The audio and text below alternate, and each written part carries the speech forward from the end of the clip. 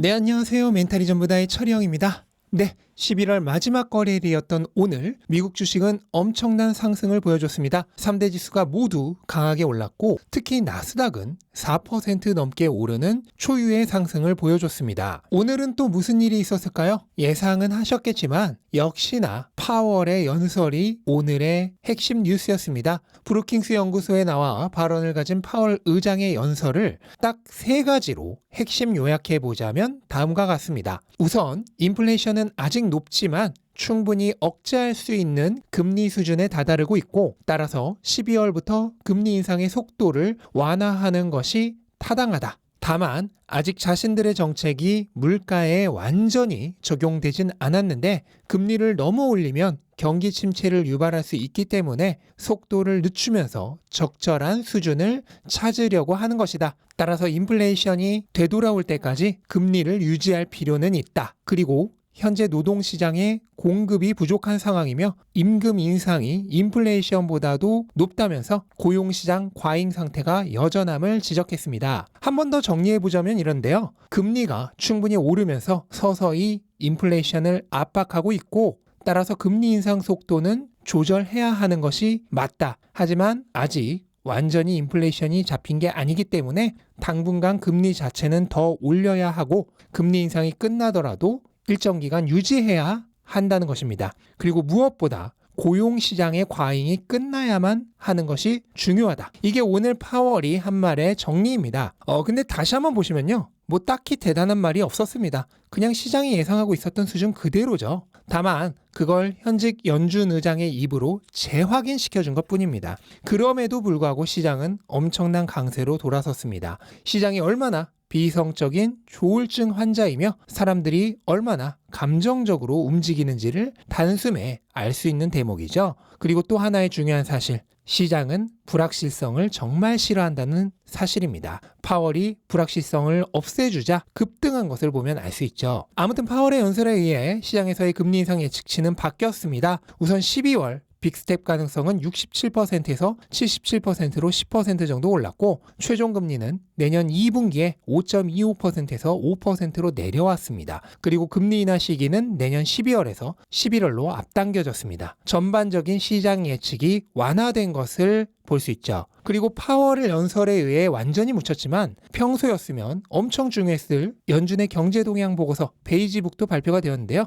이건 역시 내용을 3가지로 압축할 수 있습니다. 첫째, 인플레이션은 높지만 전반적인 가격 인상 속도는 둔화되고 있다. 뭐 파월의 발언과 똑같죠. 둘째, 일부 품목들은 가격이 떨어지기 시작했지만 식료품의 경우는 아직도 오르고 있는 지역들이 있다. 에너지에 이어서 식품도 당분간 물가의 불안 요소로 작용할 것이란 얘기입니다. 셋째, 노동시장은 여전히 타이트하지만 조금씩 완화되고는 있다. 다만 신규 채용이 여전히 어렵기 때문에 해고가 힘들고 임금 삭감도 어려운 상황이다. 그러니까 베이지북도 마찬가지로 고용시장을 앞으로의 핵심 열쇠로 보고 있습니다. 결과적으로 오늘 연준이 보인 입장을 종합해보자면 이제 인플레이션은 서서히 하락을 향해 갈 것입니다. 그리고 금리는 그게 충분히 확인될 때까지 5% 정도 선에서 멈춰 있겠죠. 문제는 고용시장이 완화되지 않으면 아무것도 안 된다는 것입니다. 물가도 금리도 고용시장에 달려있다고 봐야겠습니다. 그런데 오늘 바로 그 중요한 고용에 대한 지표가 나왔습니다. 제가 어제 최소 팝콘 4개 각이라고 했던 것들 중에 이 고용 보고서들도 포함되어 있는데요. 우선 최대 인력 관리 데이터를 가진 ADP에서 나온 고용 보고서에 따르면 11월 일자리는 겨우 12만 7천 건 추가되었습니다. 이것은 시장 예측치였던 20만 건을 훨씬 밑돌고 지난달에 23만 건에서 거의 반토막 난 수준입니다. 물론 일시적인 현상일 수도 있지만 어쨌든 이 정도 하락이면 현재 연준의 긴축 정책이 드디어 고용시장에도 영향을 미치고 있는 거라 볼 수 있겠습니다. 그리고 미국 노동통계청에서 발표한 고용 및 이직 동향 보고서도 나왔는데요. 미국의 구인 건수가 1,033만 건으로 전월에 1,070만 건에서 35만 건 가까이 줄었습니다. 이것은 시장의 예측과 거의 비슷한 수준이고 그래프로 보시면 미국의 구인 건수가 확실하게 올해 중반 정점을 찍고 하락하고 있는 모습을 확인할 수 있습니다. 오늘 발표된 이 두 개의 중요 고용 지표를 보면 연준의 긴축 정책이 그렇게나 강력했던 고용 시장에도 서서히 영향을 미치고 있는 모습을 분명 확인할 수 있었습니다. 그렇다면 오늘 파월이 말한 현재 시장의 위크 포인트인 강력한 고용도 결국은 인플레이션과 함께 서서히 하락하지 않을까 생각이 됩니다. 이것은 향후 금리를 낮추기 위한 좋은 이유가 될 것입니다. 그리고 이 와중에 시카고 구매관리자 지수가 37.2로 하락하며 팬데믹 이후 최저치까지 떨어졌습니다. 경제 활동이 그만큼 둔화되고 있다는 의미고요. 경제 활동의 둔화는 향후 물가의 하락을 의미할 것이고 또 지나친 금리 인상은 위험할 수 있다는 것을 나타내주는 지표가 되겠습니다. 자, 이런 상황 속에서 내일은 어쩌면 가장 중요할 수 있는 지표가 발표됩니다. 잘못하면 오늘의 이 상승을 모두 리셋시킬 수 있을 만큼 강력한 것이 오는데요. 바로 연준이 인플레이션 측정 도구로 사용하는 소비지출 가격지수 PCE가 발표됩니다.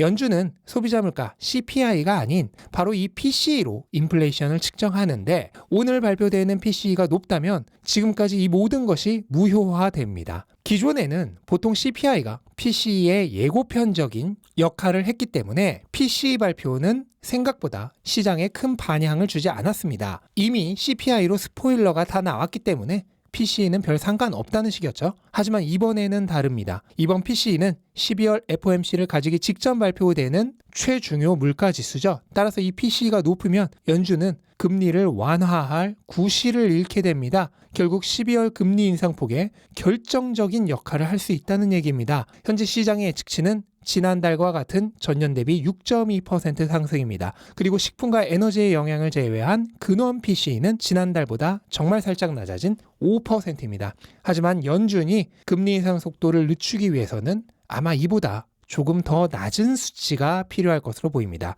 지난달과 같은 수준이라면 금리를 낮출 만한 명분이 부족하기 때문이죠. 만약 PCE가 6% 정도 그리고 근원 PCE는 4%대로 내려온다면 연준은 물가가 낮아지고 있다고 말할 충분한 근거가 생기고 시장은 그만큼 환호할 것입니다. 그러니까 오늘 PCE 결과에 따라서 내일 시장은 더 오를 수도 있고 반대로 모든 게 리셋될 수도 있다는 뜻입니다. 그리고 내일 역시도 고용과 관련된 아주 중요한 지표가 나오죠. 바로 주간 실업수당 청구 건수인데요. 지난주에 24만 건에 이어 실업수당 청구가 늘었는지가 중요합니다. 예측치는 23만 건으로 오히려 줄었을 것으로 예상하고 있는데 현재 시장은 실업수당 청구가 늘어날수록 좋아할 것입니다. 그리고 더 중요한 것은 추세의 역할을 하는 연속 실업수당 청구 건수죠. 이것이 증가하는지도 아주 중요한 요소라고 할 수 있겠습니다. 네, 이렇게 오늘 하루 있었던 이슈들을 정리해 봤는데요. 역시나 오늘은 파월 의장의 발언이 가장 중요했고 당분간 모든 이슈는 결국 물가와 고용이라는 사실을 다시 한번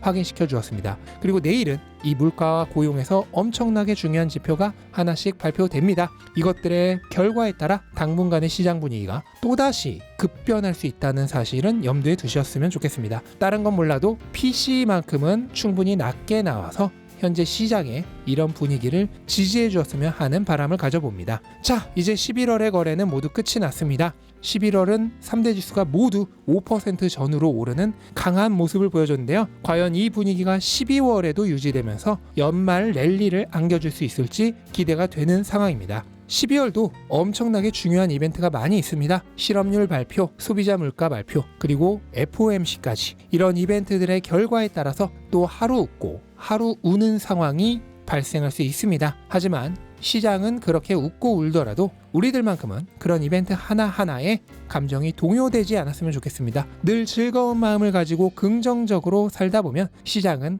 알아서 제자리를 찾아갈 것이라 믿고 늘 행복하게 내 삶을 살았으면 좋겠습니다. 그리고 한 해를 정리하는 12월만큼은 정말로 그렇게 되는 하루하루를 보낼 수 있는 한 달이 되기를 바라는 마음을 가지면서 영상 마무리하도록 하겠습니다. 영상 도움되셨다면 구독과 좋아요 부탁드리고 즐거운 12월 시작하셨으면 좋겠습니다. 감사합니다.